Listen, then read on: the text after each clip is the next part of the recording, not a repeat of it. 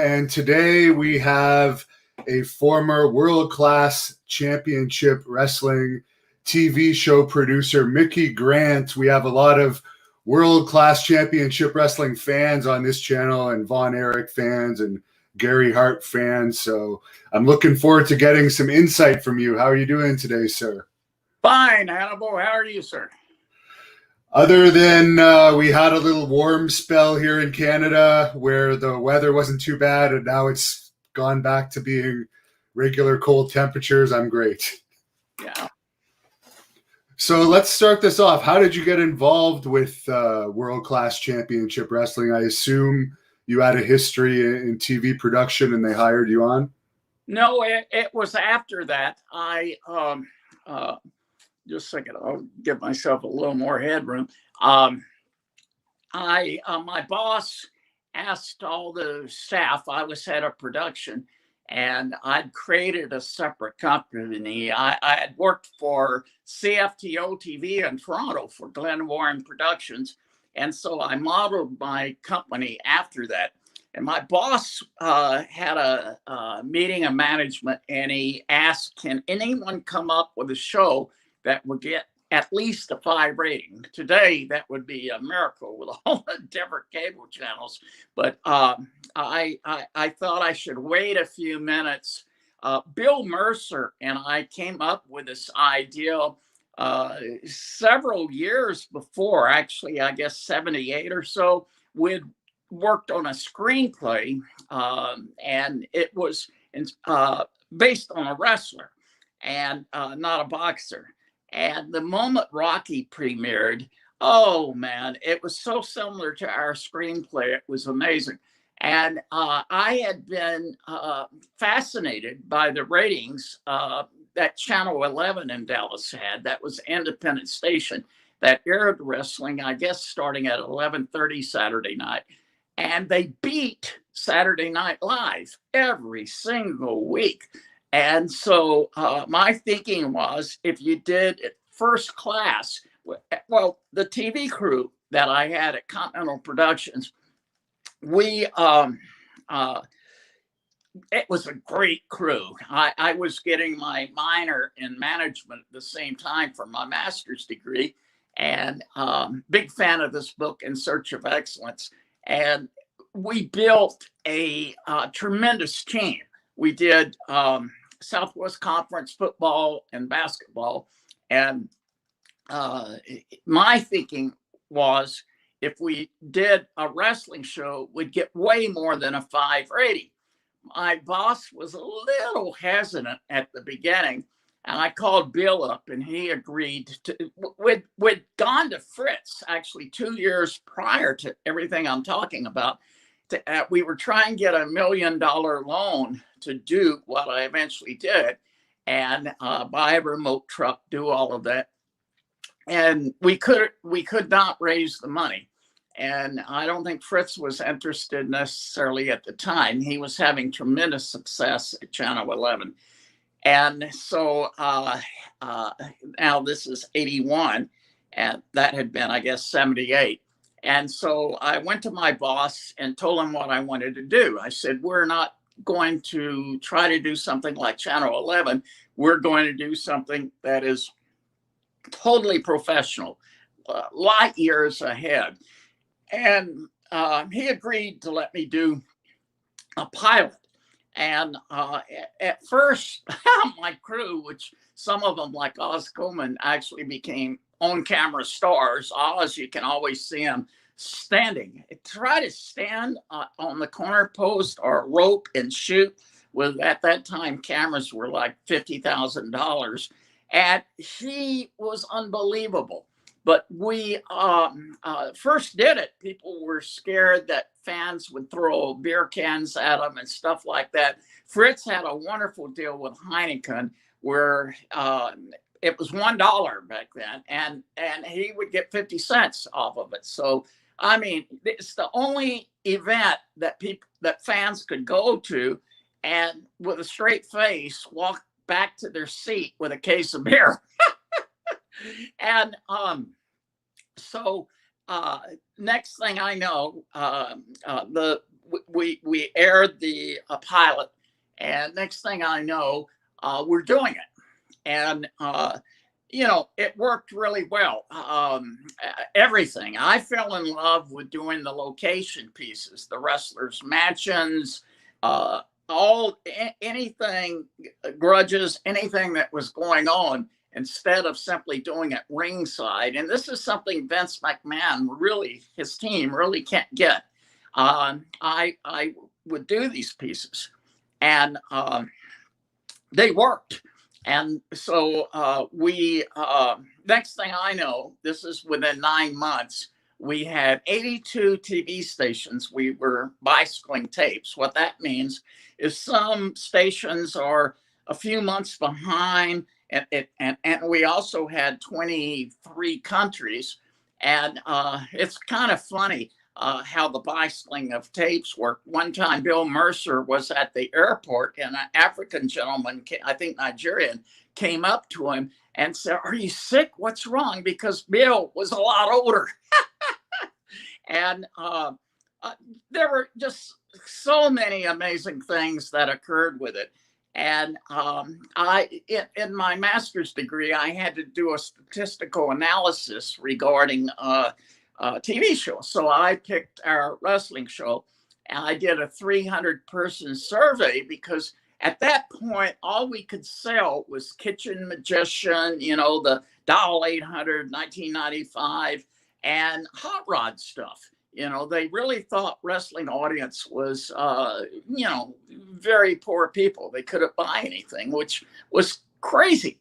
And so I did this 300-person survey and proved, it was like, what's your mortgage? What's your car payment? What kind of car do you have? All that kind of stuff. And it, was pretty good proof that the wrestling audience was middle class, upper middle class, and above. And my boss, I brought that to him. It was, 300 persons, and it was 5 pages. It was a really thorough statistical survey. I even put in, questions to see if people were faking their answers, that type of thing. And so it had a very high probability of being correct. Well, my boss then decided to get a professional company to do it, and they came up with the exact same statistics I did. And the first commercial, which used the Von Erichs, who were just absolutely amazing team, was Pizza Inn. So that's how it started. Very interesting stuff for sure. I wonder how much the dollar beers had to do with the success of the promotion, because that'll get a lot of people in, even that aren't wrestling fans. There's a fan on here that wants to know about Ravishing Rick Rude's entrance. Were you around when you guys would tape the entrances of Rick Rude in WCCW? Yeah. All of the entrances we did were absolutely amazing. And later I did some, Chris Adams was trying to get a show off the ground, which unfortunately the main investor, he had a horrible divorce. I won't go into detail. I don't want him to try to kill me. And the show failed, but Chris was really into those highly polished introductions, which WWE became really famous for. And they're not easy. Rick pulled it off with very little. It was tremendous. Another fan wants to know if you have any memories of the Sportatorium itself, which has become right up there with Madison Square Garden. Yeah, the Sportatorium. If I'll tell you a simple story. Japanese tourists, when they came to Dallas, which there were thousands of them because they like cowboy stuff. Believe it or not, country western music is extremely popular in Japan. And they would come in tour buses, and they wanted to see 2 things. JR's Ranch, and the Sportatorium. Taxi cab drivers were blown away by this. They couldn't understand it. But our show aired Saturday nights at, I believe, 7. It was the #1 Saturday night show on Channel 12 Tokyo. And Fritz had a relationship with Nippon Television, and he already had a big audience on that. And now we're on Channel 12 Tokyo, which covered all of Japan on Saturday night. And so it was a big tourist attraction for Japanese. The Sportatorium is not in a great part of town. You know, it's got homeless people living behind it.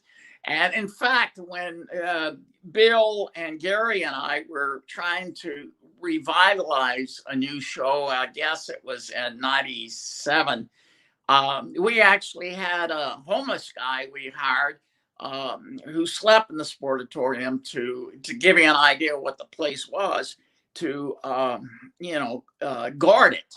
And at one point, some homeless people caught it on fire. I mean, it was not anything like Madison Square Garden, but one of the most unique things, if you were driving past it on one of the freeways next to it, you could actually hear the applause from the Sportatorium and the yelling. Whereas if there were like major concerts at the fancy venue about 1 mile away, you couldn't slightly hear them. I mean, the Sportatorium, I'm trying to think of his name, who did that great documentary about the Von Erichs. What's his name? I'm getting old. My memory's not that great. He has some great scenes in the, I'm sure the fans immediately know the name of the film. They're going to tell us. But one quick question, was Eric Embry, the homeless guy, sleeping in the Sportatorium? Because I heard that he was living there at one point when the Von Erichs were having issues paying him, or maybe it was when Chris Adams was running things. Yeah, well, at that last part, it was this man named Jack, whose family owned a French fry concession, Jack's Fries, at Fair Park. And he was going to have to, if Bill, it was Bill, Gary, and I, if we did not take over and start having shows, they were going to do an inspection of the place. And yeah, I'll promise you, it could have passed an inspection. And in fact, when I started World Class, I brought a friend of mine in. Fritz, Jack got actually mad at me about this, but he was just a close friend. And I got him because I was connecting 200 amps for the TV truck. I got him to look at the wiring, and there were exposed wires and all kinds of stuff. And for $300, he fixed all of that. I was just afraid that, I'd cause a fire in it. Well, it eventually had, I think, 2 or 3 different fires, but, it was still okay. There was a big rock band. I'm trying to think who it was back in the 90s that how it worked was Jack had a 99, not Jack Atkinson, Fritz, but Jack of Jack's Fries. He had a 99-year lease, and he, it was complicated. He had a lot of problems with the building. I guess the best thing I can say is how famous the building was. It was unbelievable. In my movie, Gentleman's Choice, this is after it had been torn down. In the parking lot, I did the interviews with a lady named Lacey, who had played a big role in getting the police to prosecute Chris Adams. And I shot her in it with the skyline in the background, and she recounted the things she had said to the police about Chris. I'm sorry, I got way off the subject. That's That's been a problem of mine. People always love to hear about Chris Adams. Anyways, what do you want to go into that at all? Because I spent over 3 years working on my documentary, Gentleman's Choice, and it's a mainstream documentary. Chris was a really good friend of mine, an amazing person. His talent, to do spot promotions in small Texas towns and make a profit was not easy.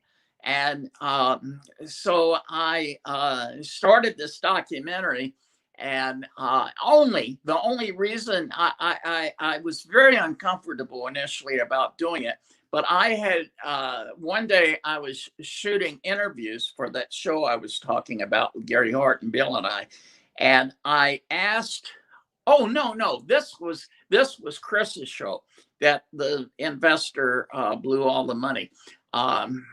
It was going to be a 30-minute show, and it really well designed. It generally was going to have one major fight, but leading up to that was setting up the grudge and everything. Was like 20 minutes, 15 minutes of location pieces. And when I say location pieces, I shot them as if they were a movie. They all vignettes today, right? WWE. Fight shots. If I wanted to say what I brought to professional wrestling, that probably, besides doing it first class, that probably would be one of the main things. But Chris, I had done an interview, and for absolutely no real reason, Chris had been to prison at this point for knocking out a pilot,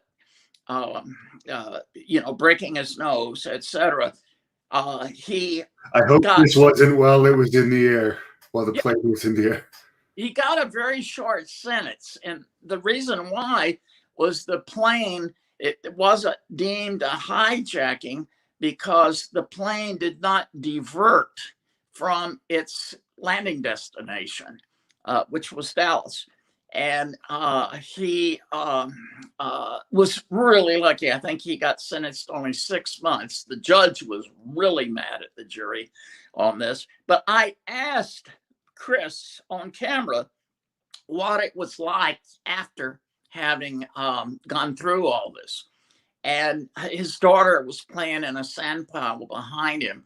And it was like 1 minute of really moving footage. That's why I made the film. I kept thinking of that footage, and whenever I do these projects, if I don't do them well, it's going to bankrupt me. My Libya film recently, because I had a wonderful ending of things being great from the revolution. It was actually pretty good for 3 years, and then it went to hell. And it affected my life. It affected their lives tremendously. Mine's minor, but when I do these films, they're a huge commitment, just like world class. Anything I do, I put every bit of my heart, every bit of my being into it. And so, I spent, I believe it was a total of 3 years. Nearly 9 months of just editing. I shot massive amount of footage and interviews, and to try to get the story correct and to move an audience, to make them feel it, help them feel it. And that's why I did the film. Chris was one of the most amazing persons I've ever known. And, and also part of the reason I made the film was Gary Hart also was encouraging me. Gary had become one of my best friends in life. You can only count best friends on one hand, and Gary even fired me once. Gary even pulled out the razor in an editing room because he was so pissed off at me. The razor with Gary he's pretty well known for slashing wrestler from like the neck down. And anytime he pulls that razor blade out, you know he's pretty mad. But we again became friends. You know, Gary is such a unique person, and his hobby was, and his sons too, by the way. And his hobby was reading biographies, Gandhi, all of that, very carefully. You know, I mean, Gary's reading was like, if you asked him about the book, he could quote which line meant something. And Gary's eventual book was mind-boggling. I mean, every bit of it. The editor, he spent over a year on it, and the editor, I got several advances of it, and would then contact both Gary and the co-writer and make my comments. But I don't know a better book in wrestling. I mean, it's tremendous. I mean, really a work of art. And I actually wasn't able to read the book, but there is somebody that's read it and posted it as YouTube clips online in an audio format. Oh, wow. Listen to that, yeah, earlier this year, and I really enjoyed it. What do you think were some of the keys to Gary being such a great booker? As he was known as one of the best minds ever in wrestling. Well, Gary, first of all, starting when he was young, I forgot what age, I think 12 years old, a kid stole his bicycle, and Gary broke both of his legs. And I think by 18, maybe before, he was helping the mafia in Chicago do collections. So Gary, when you talk about his role in wrestling, he knew that bad guy role, the hill, really, really, really well. And he could be scary. We would go after we tried another show, Texas Championship Wrestling, which I wish some people, if they have some of the tapes, would post them. One reason why is, and one of them, Gary says, how does it feel like being the creator of modern day wrestling? To me. And I'd like people to see that. But Gary, everything I was going to tell the story of the restaurant. We were in a really good Mexican seafood place, Acapulco type place in Oak Cliff. On our way home, I'd always drive him home, and Fort Worth. And after we'd do the show in North Dallas, and there was a man in there who was just glaring at Gary. And, it was because Gary being a heel. Yeah, I mean, this guy looked like he wanted to kill him. At one time, Gary was at my house back in the 80s. We were doing a segment about Christmas, and he was in front of my Christmas tree. Well, my father dropped by, and Gary answered the door, and my father looked stunned, and he's a former Air Force pilot, and he actually asked Gary, have you changed?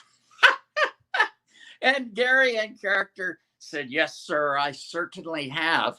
But, what he did, it was real. I mean, it was real. That's much of the secret to a good show, is it's real. Like the Von Erichs, I mean, Kevin, I mean, everything they would do with Sunshine, with Chris, anything, you name it, it was real. I mean, it was really, really real. I'd get very upset about people who would mock wrestling, because I was around these guys, all week long. And like Kevin, he and his wife and mine, we'd go to Shakespeare in the Park and stuff like that. And one time I think I took Andre the Giant and 10 other wrestlers, including the Von Erichs, to Japanese restaurant in Dallas. And I was scared. Andre was inhaling sushi. You know how expensive it can be. And and the little sake, forget the little sake cups, you know, it was the bottles. And I went out to the owner because I had a $10,000 limit on my credit card. And I went out to the owner and asked him where we were, and we were at $8,000. And oh man, he said, "Don't worry, you know, there's so many people." We were in a tatami room, and he said, "There's so many people here that have been impressed. You know, I'll cut you a good deal on the bill, but I'll promise you, you didn't want to take Andre the Giant to a sushi place."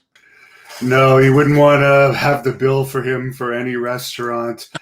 Dan Masters, who's a ring announcer in the pro wrestling business for PCW Ultra, wants to know if you could share any stories of working with Keith Mitchell.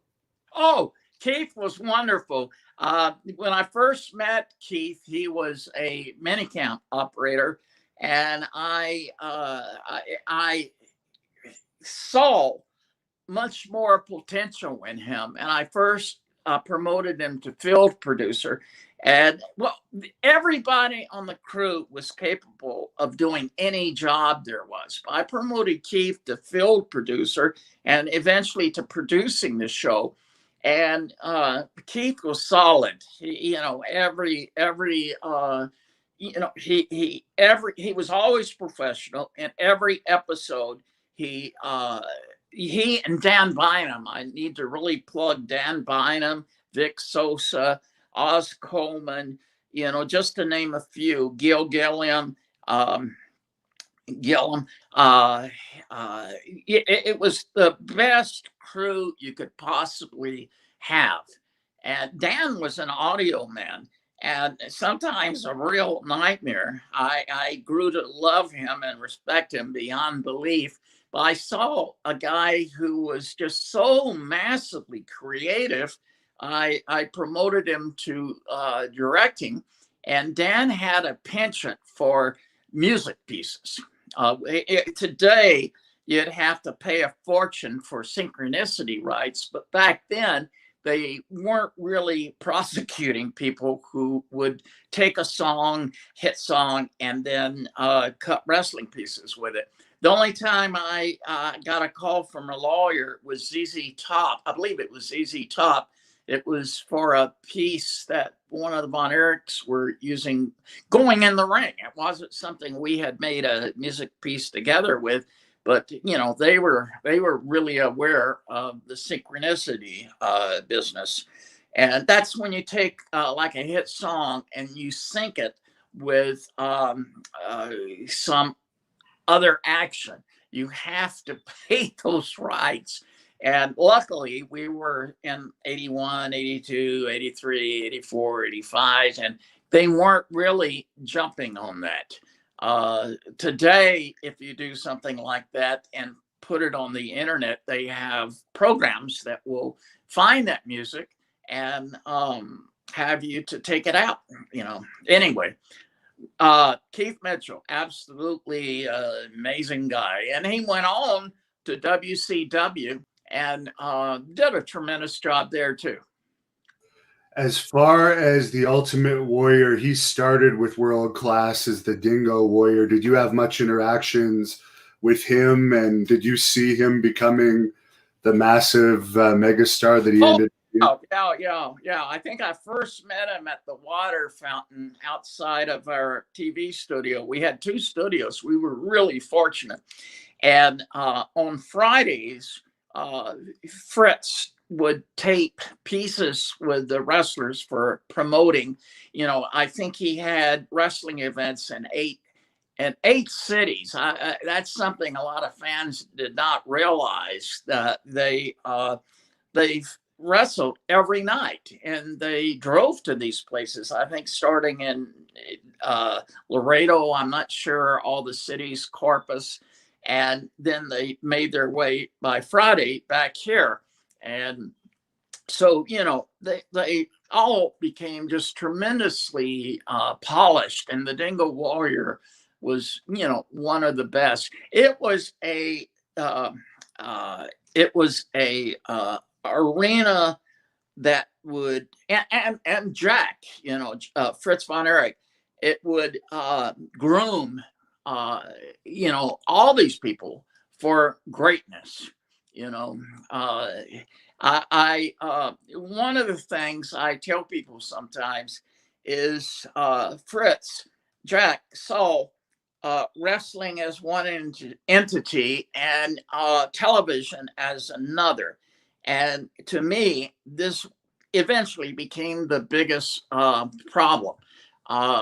Vince McMahon saw the two together, which they were, and so, when people ask me what happened, I often say, in my opinion, that's what it was. Like Gary, I would suggest location pieces. And the only way and he says this in his book, the only way they would work out was Gary would then tell Fritz that these were his ideas. And I did not know that until the final version of Gary's book came out. And that's what I mean. It was like TV was one thing, and TV is not supposed to get involved with anything about wrestling. And well, when Keith went to WCW, I think he fully understood that and helped them to understand it. And then obviously Vince McMahon understood it. But I was amazed when I found that out from Gary's book. And then Gary and I talked about it a bunch. But I had an idea. There was this Hispanic priest about 100 miles from Mexico City, and I presented this to Fritz. I should have presented it to Gary. That I wanted to send two camera crews. I mean, two cameras down to. He was fighting all comers in a horse corral, and making that money for the orphanage that he ran. Well, that eventually became a major movie years and years later. But he was a real person, and I came up with an idea that we get involved with him, run some of our preliminary matches. Often were not very good, and they were in effect throwaway matches. And in fact, I got criticized sometimes why I was making location pieces with people like Bugsy McGraw. I did several, I think, really good ones with him, like the Power of Agua, of water. That's where he threw Bill Mercer down a water slide. But the moment the show would come on, everything counts. You can't have average or below average show matches in the early part of the show. It's better just to do location pieces and promote the main event like crazy, because that's really why people are viewing. So I studied our, like I mentioned how much I was into statistics. I studied the numbers. They were every 15 minutes. And we would have big drop-offs in viewing in the first 15 minutes. But by the last half of the show, our numbers would skyrocket. And I started wondering, what can we do? But I think I had a pretty good idea. But anyway, I'm ranting and raving. Someone wants to know if you have any scandalous stories related to Missy Hyatt behind the scenes. Just both Missy and Sunshine were just tremendously talented. And they, I have more with Sunshine.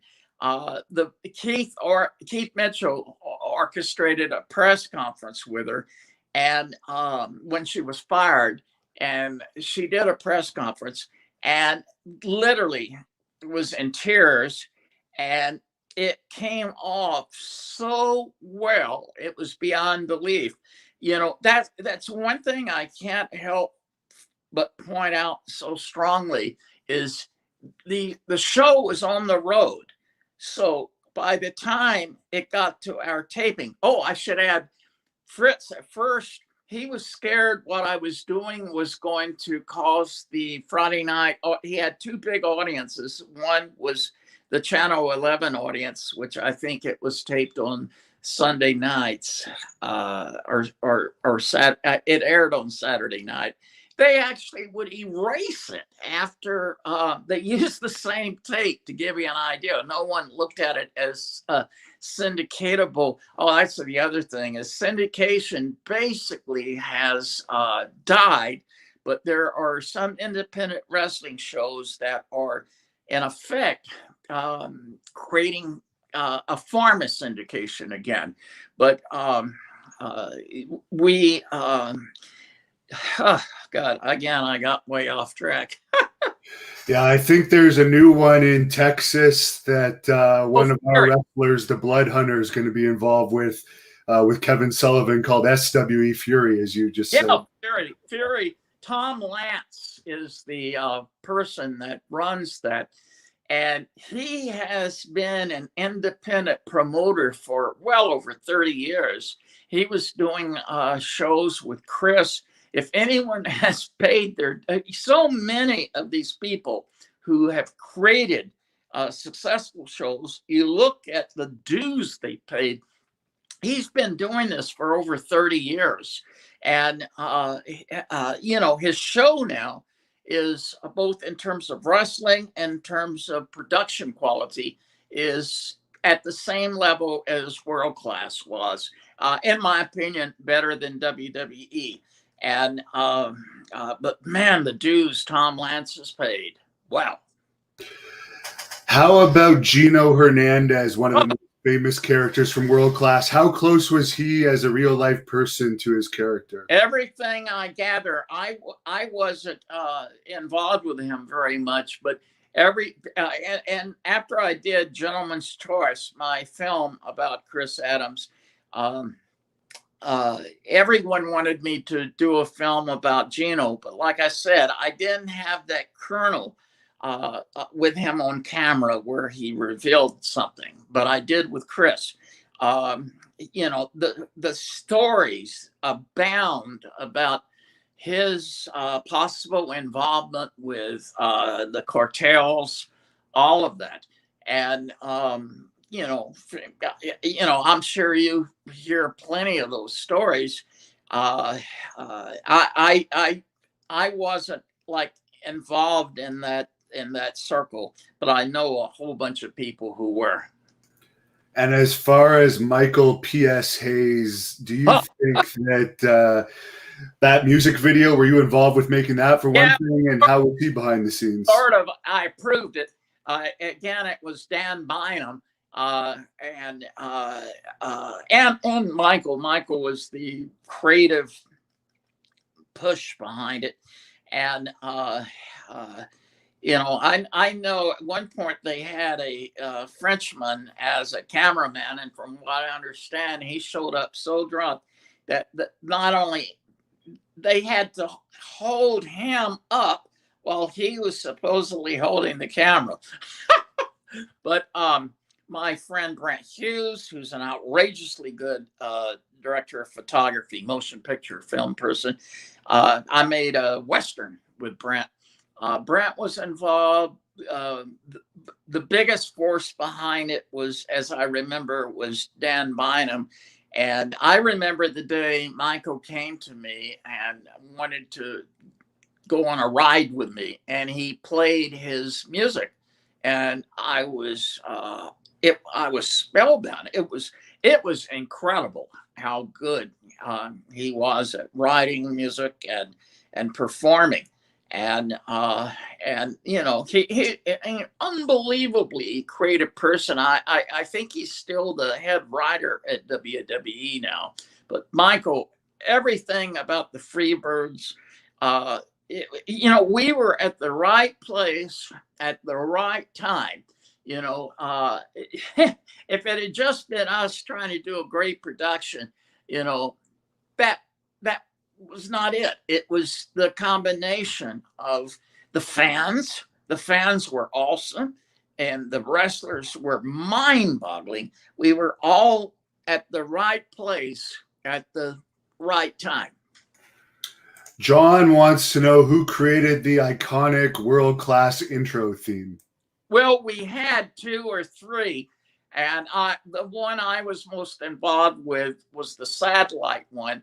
I got a animation machine called the Dubner, and and it turned out to be a nightmare to get people trained on it, and that's how we did the animation to the you see the satellite and all of that, and I'm trying to think who directed that piece. It might have been Gil Gillum, and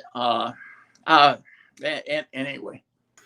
Alan wants to know if it was at all difficult to work with Fritz. Fritz was. I can say all kinds of things, but bottom line, the show would not have existed if it wasn't for Fritz. It was a growing process in terms of my relationship with Fritz. He was always supportive to me, except if I came up with an idea for wrestling idea. But Fritz at first would just let me tape the show on Tuesday nights. I mean, the first 20 shows or so, and the person who was directing it wasn't Dan, it was someone else. They thought I was crazy that I wanted an international track and then have the mixed track, which was syndicated in the US. We only had 2 channels on 1-inch tape back then. And the first 20, they did not. You have to have an international track is like just the sound of the crowd, that type of thing. And then the Japanese or whoever would add their announcer in their language, and they would do their own audio mixed with our international track.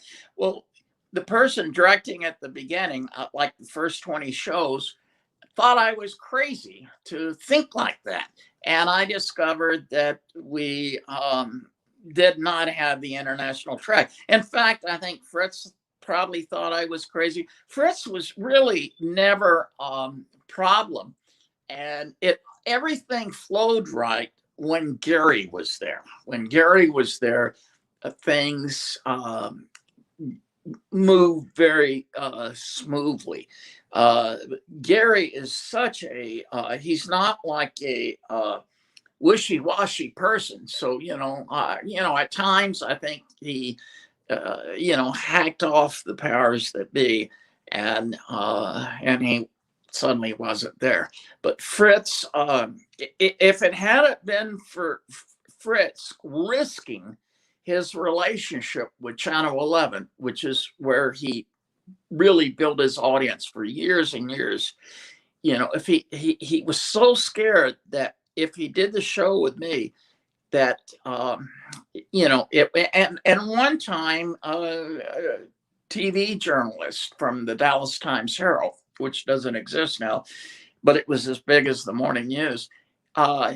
This journalist came. Fritz was kind of upset with me that I allowed a TV journalist to sit next to Bill during the show. It turned out to be one of the best articles that we had about the show, and he also put down Channel 11 in terms of their poor production quality.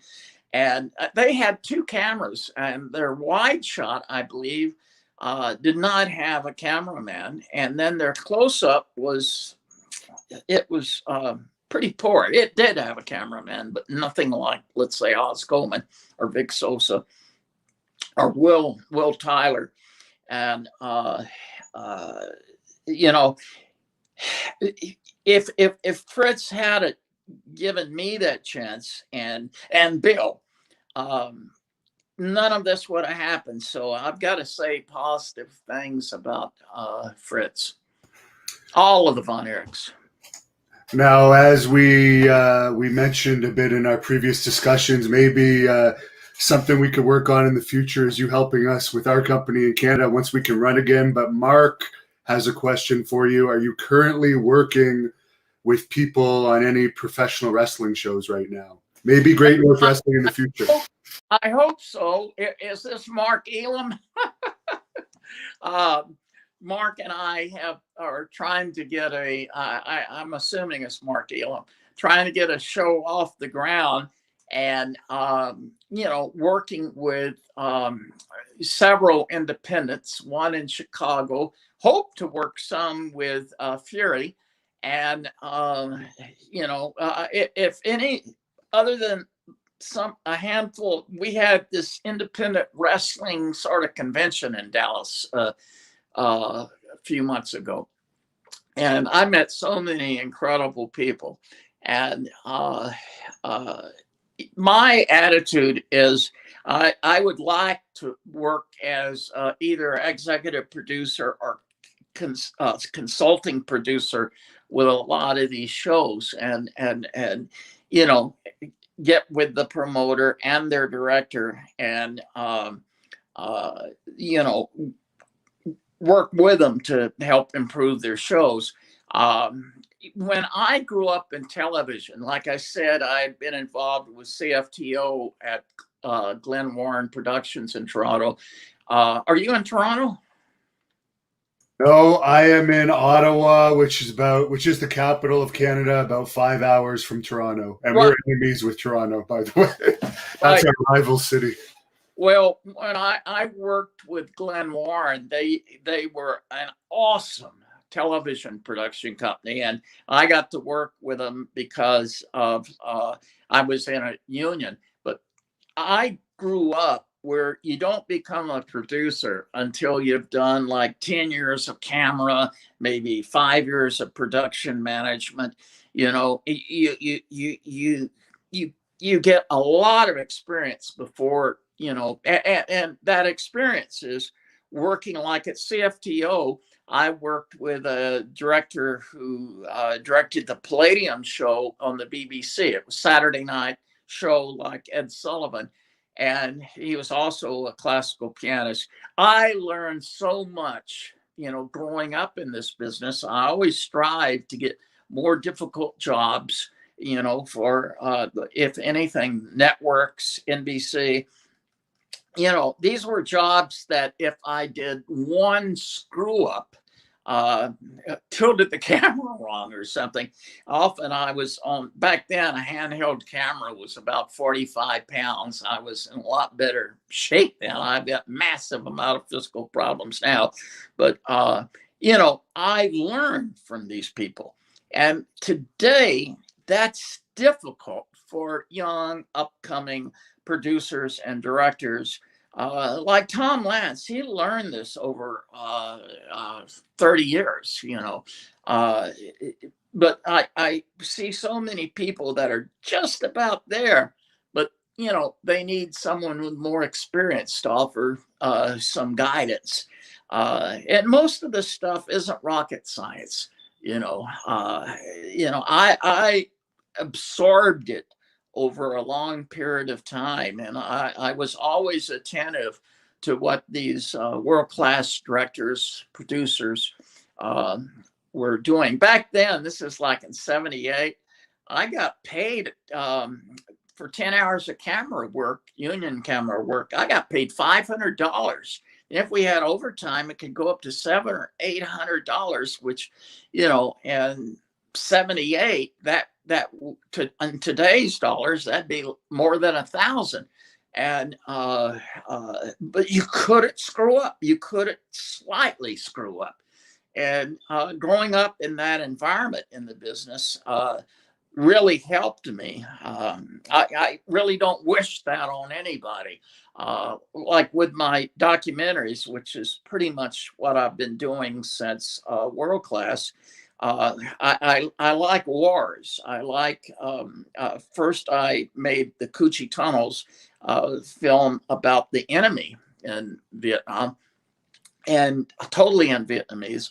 Then I got interested. I lived in Holland, and I got interested in real wars, and first went to Bosnia in the shooting, and Sudan, and later, and then Libya, and that's where I am now. And to me, it's the natural progression from even working on the wrestling show. You're trying to get the story correct, and the story to really work.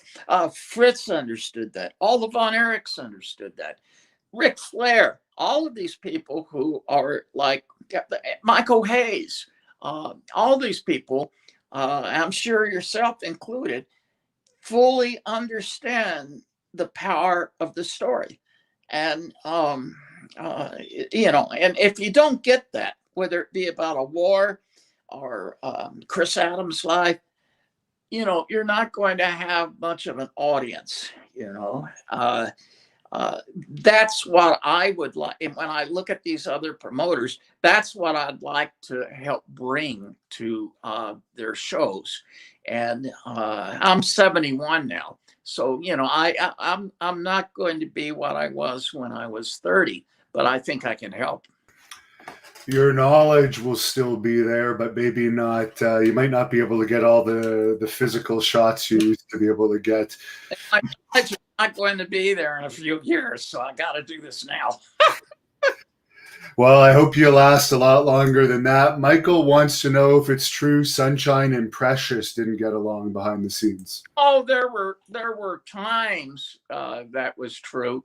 But, when I was around them, I found for the most part, they did. First we just had Sunshine. And Sunshine had probably a lot bigger audience because she'd been there longer. And, and then Precious, everything they did was such a great job. I can't be negative in any way regarding them. And as far as Paul Bosch's relationship with Fritz, how was that relationship between those two? I always heard Paul was one of the best payoff guys in the business. Yeah, I was, so much of that was like kept from me. I can't comment on that. Bill Mercer would probably be more aware of that than me. So, I can't give any kind of real answer about that. As far as we always hear the stories of the Von Erichs had their drug issues, obviously that's been well documented. Did you notice any of that, or was that kept fairly quiet? Well, the main person I was around was Kevin, and no, I didn't see that. Kevin's one of the craziest guys you could ever meet. We'd go to a restaurant, and he'd take off his sunglasses and put them in a bush. No one does that. And no one's going to look for his sunglasses in the bush. And also, I don't think Kevin needed drugs. And anytime I would, come across something like that, it was actually rare for me to see anything like that. Sometimes Gary Hart and I would smoke the funny cigarettes, and boy, I'll tell you, with all the pain medicine I'm having to take now, I wish I had some of that. Well, that's legal here in Canada, but I've heard it's not in Texas. I've heard you can get in big trouble still there. Oh, you still can. I have a friend who just got out he served a total of 15 years now in prison for marijuana possession. He was busted when we were in college back in the late 60s, Paul. And, it's horrible how that drug is viewed. And, that would be the only thing I ever witnessed, behind the scenes in wrestling. And it wasn't prolific or, any real big deal. I was Ric Flair wrote some about Kerry, and I sure didn't see any of that.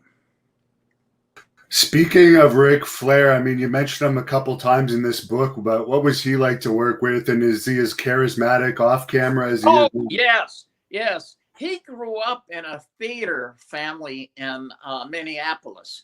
I believe his parents were big deals with the Guthrie Theater.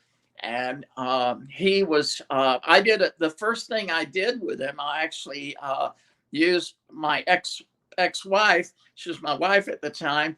And we had him talking about his training, which was taking these ladies to have ice cream, where the farm boys, the Von Erichs, they have to work out real hard.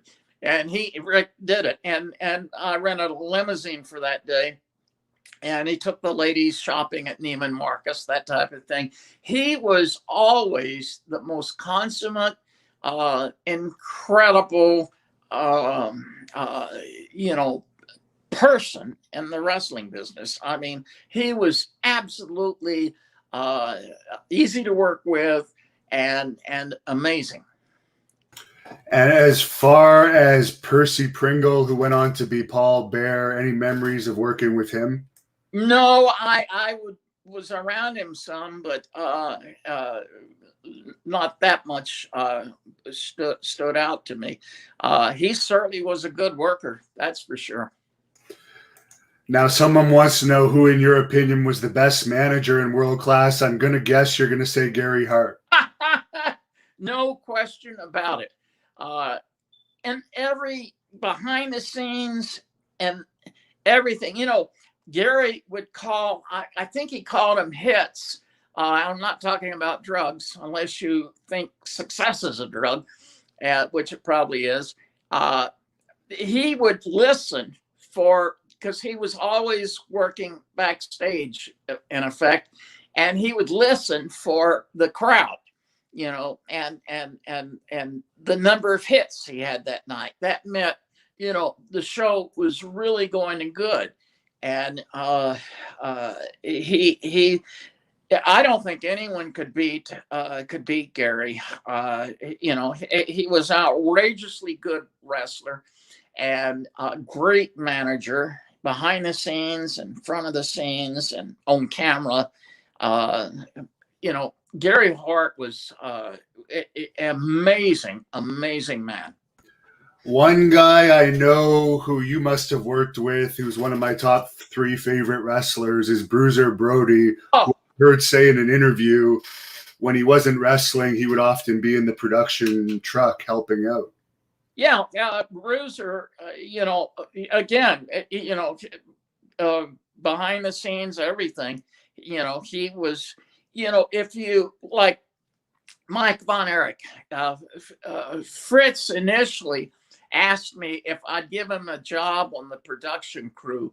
And he had the lowest job there was because he had no background in television. So he pulled the cable behind the cameras, but that gave him a really special insight. And same with Bruiser, Kevin, everybody, the show wasn't made by just a production crew. It was made by everybody.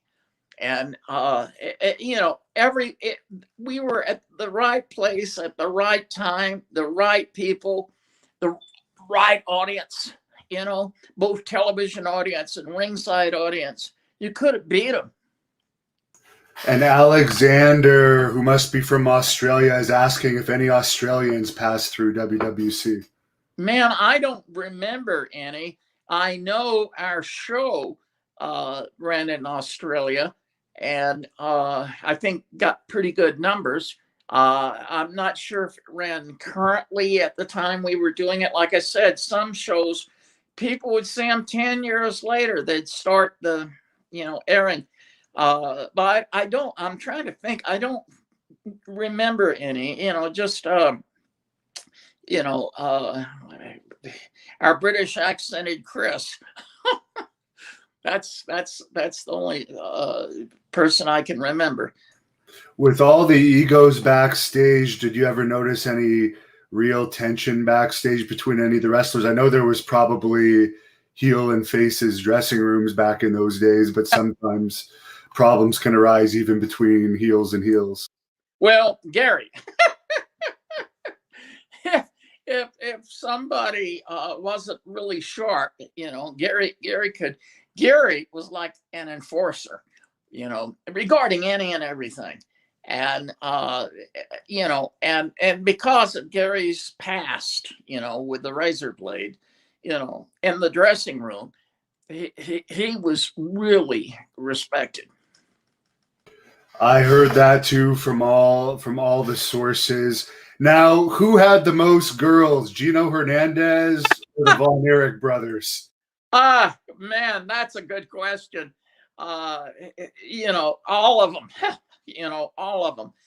Kevin was, I know, always super loyal to his wife, and he still is. Chris, most of the time he was married. His British wife, Jeannie, she's become a friend of mine. She is absolutely one of the most classy ladies you could meet. But Chris had until he became a heel, and would tell ladies he doesn't want the fat ones, which sometimes ringside there were a bunch of them, and he insulted them like crazy. But I'd say Gino and Chris. The one thing I noticed that's been missing from wrestling is those groupies and those deafening Oh screams. yeah. With the Rock and Roll Express and the Von Erichs, and there's so many that used to get him over the years, but now they're gone. But I think the Von Erichs may have the record for being the most popular with the ladies. Well, I know one thing they did is after, I don't know, I hope this doesn't make Kevin mad if he's listening, is after the shows on Friday night, they would get the girls to take off their bras and I think tops as well and run across the parking lot and back, and they would grab the clothes and everything and take off in their cars. And I think even would fire pistols at each other going up the Dallas tollway. So, there were a lot of stories about. There was one woman who I didn't know this initially. She had a camper, and she would park right outside the Sportatorium. She was a whore, and you can guess what happened in that camper, but it was there. When Bill and I and Gary started trying to get a new show going in the late 90s, the parking lot was a nightmare. I had a crazy friend of mine, Keith Grapp, to help out there. But it was nearly every week we had someone's car stolen. It was the area around the Sportatorium was never great. But that's one thing with Jack. Jack kept the parking lot attendants, and he would Jack's Fries guy. And I don't know if under Fritz, he had that, but there were a lot of cars out there, and they charged for parking, and but unfortunately not for stealing a car. I guess that was free. So between the tickets, the parking fees, and the beer and concessions, Fritz was making a fortune. Oh, yeah, he did really good. Fritz, I went to SMU and graduated in 71. Fritz went there in the early 50s, and his classmates all became like the biggest bank in Texas was the Republic National Bank, which back when I was doing the show, it was still in business. Like most banks, it got bought out by smaller banks. But Fritz knew from going to SMU, he knew all the movers and shakers in Dallas, and he hung out with that crowd. And unfortunately, when I went to SMU, I was in the film business. If I had been in the business school, I probably know all of them as well. Fritz also played football at it. And Mark wants to know your thoughts on the switchover when Ken Mantell took over from Gary Hart. I believe he quit over his payoff after that big Christmas show where they had that cage match and the Freebirds slammed one of the Von Erich's head on the cage. I forget who was the one that slammed the door. I think it was Michael Hayes. Oh, Ken Mantell was totally different from Gary. I did not work well with him. I didn't work badly with him. Keith Mitchell worked much better with Ken than me. And, he's just a very different person than Gary. Gary was like big, and recognized that what we did in the show really had to be something that would have such an impact that the world would watch it. And Ken was a lot calmer and just different sort of leader. And like I say, Keith worked real well with him. And I did something for Ken's daughter a few years ago. I don't know what's happened to Ken. I haven't heard anything either, but Nikki wants to know who, in your opinion, was the best athlete of the Von Erichs. Oh, man, well, that's a difficult question. They all had different abilities, like Kevin. Kevin could leap. If you haven't been in a wrestling ring, just getting in and out can be tough. And there's Kevin leaping to the middle of the ring. I mean, that's mind-boggling. And then you look at the power Kerry had. There's an interesting story there as well. Gary wanted to go with the fact that Kerry had lost his foot and thought it would be a tremendous tool to, help people who had prosthetics and that type of thing. And the fact that Kerry could still do these amazing Texas tornado type things in the ring. Gary felt that that's what he should be. And Fritz felt that would make him like, as I understand, I think I learned this from Gary, that would make him like a freak. But Kerry, just think about it, missing your foot and going in the ring and still putting on absolutely amazing shows. Now, what about Steve Austin? I don't know if you were still around working with Chris when he made his debut. You talked about his ex-wife, Lady Blossom, earlier, but any thoughts on him? One of my favorites. I did a piece with him at Chili's or something downtown, and he was doing the segment, and he was talking to Bill, and he ended up by he was trying to say knocking down some beers, and he said knocking down some chili or something. He said the wrong word, and oh boy, did he laugh hard. That's I think that line that's in my film Gentleman's Choice. Steve Austin Williams was if I remember right, a UNT athlete. He the only person. Now Gary has trained. I mean, not Gary. Chris had a really good wrestling school. Chris had a big background in judo, which I also had. Not anything like him, but repetition is one of the main things. You do these moves over and over and over until they're totally natural to you. And Steve had gone to Chris's wrestling school, and Steve ended up marrying to Jeannie. Was first married to Chris, and then was married to Steve.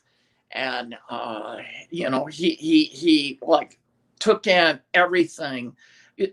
No one could have had a better wrestling school than Chris Adams, and no one could have had a better student than Steve Austin. There's a bunch of fans on here that have wanted to know if you had any thoughts or stories about King Kong Bundy. Oh, one of my favorite memories is I think he was working away at the time, and we wanted to keep him alive in terms of the wrestling fans being aware of him. And so I came up with an idea of him being on a strike, and we shot him at the loading back in the day, and when we did the show, the West End, which is now a big yuppie, expensive bunch of restaurants, was loading docks. And so I didn't even have permission on this particular loading dock. We just went up there, and I had him eating with his, lunch pail, like Life of Riley, the guy we'd carry back in the 50s. And Bill sitting on the end of the loading dock with him. And he did such a great job. Everything with Bundy was always wonderful. He was easy to work with, great in the ring. I could probably think more and come up with a lot more stories with him. Well, I think we'll have to have you on again sometime for a part 2, but there's a couple more people I'll ask you about that have appeared a couple times in the questions, such as Shawn Michaels, who was a part of World Class for a while. Were you there when he was around? I'm not sure. I'm trying. I know who Shawn Michaels is. If he was there, he would have been a low level, so you might remember. Yeah. What about Kamala, who I'm sure you know? Piece I did with Kamala, who was, again, really easy to work with. He was great in the ring as well. I had him arriving, Gary. I had everyone dressed in these jungle outfits, and he had a spear and everything, and I guess bone through the nose. And I learned I could, at Cooper Aeromotive, is a place that services aircraft, especially jets. And I'd been the traffic reporter at the top radio station in Dallas for years prior to this. And I learned that I could use these jets for like someone getting off of them as long as I didn't show the tail numbers. And so I had Kamala arriving on a Learjet with Gary from Africa. And then I did another piece out in some woods. And I mean, we couldn't do things like this today. It would be politically, inappropriate. But we had Gary, and we had a whole bunch of other guys with jungle hats and everything. And they were keeping him in the woods, which was supposed to be similar to his natural habitat. We did that next to a golf course where I lived. The woods were right behind it.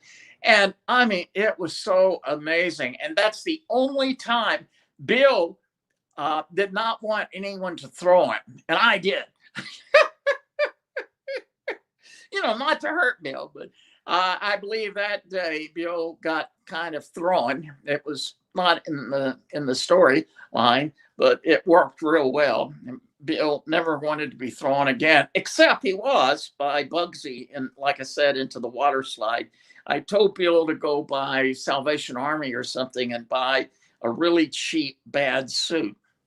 And so that helped make the piece really good. Bill coming down the water slide with a suit and tie on. Anyway, I love all those old stories. Any stories about Harley Race, who went through there on the odd occasion? I remember Harley. I don't have any stories. What a great worker. Now, what about ribs? Did any wrestler ever play any ribs on you over the years, or did they leave you alone as one of the producers? No, Gary did one time, and it was, to me, it was really funny. It made Fritz mad, but Gary wanted Bugsy McGraw quit working for Gary, and he decided he wanted a real clown to manage him, since he had a clown, Gary. And so I went out and rented a clown costume, which, oh boy, did I get laughed at. There I was in the TV truck. The producer's a clown. And, and I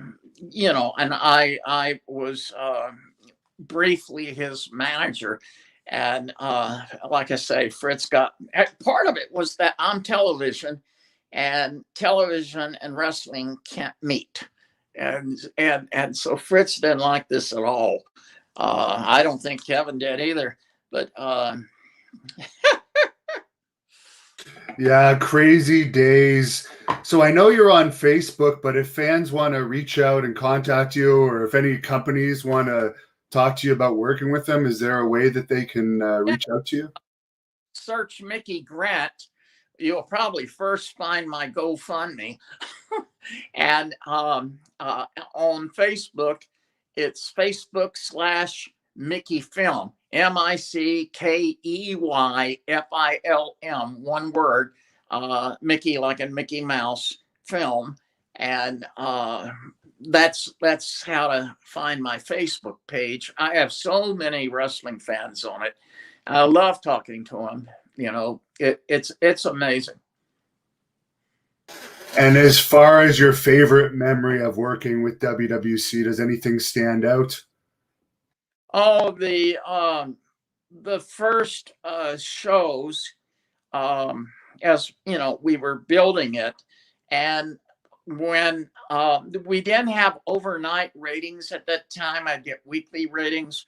But when I'd run into the room and see the numbers and the show, it was getting a 15. No shows get, I mean, shows on HBO might have 500 viewers, but they're not going to have we were number 2 to Soul Train.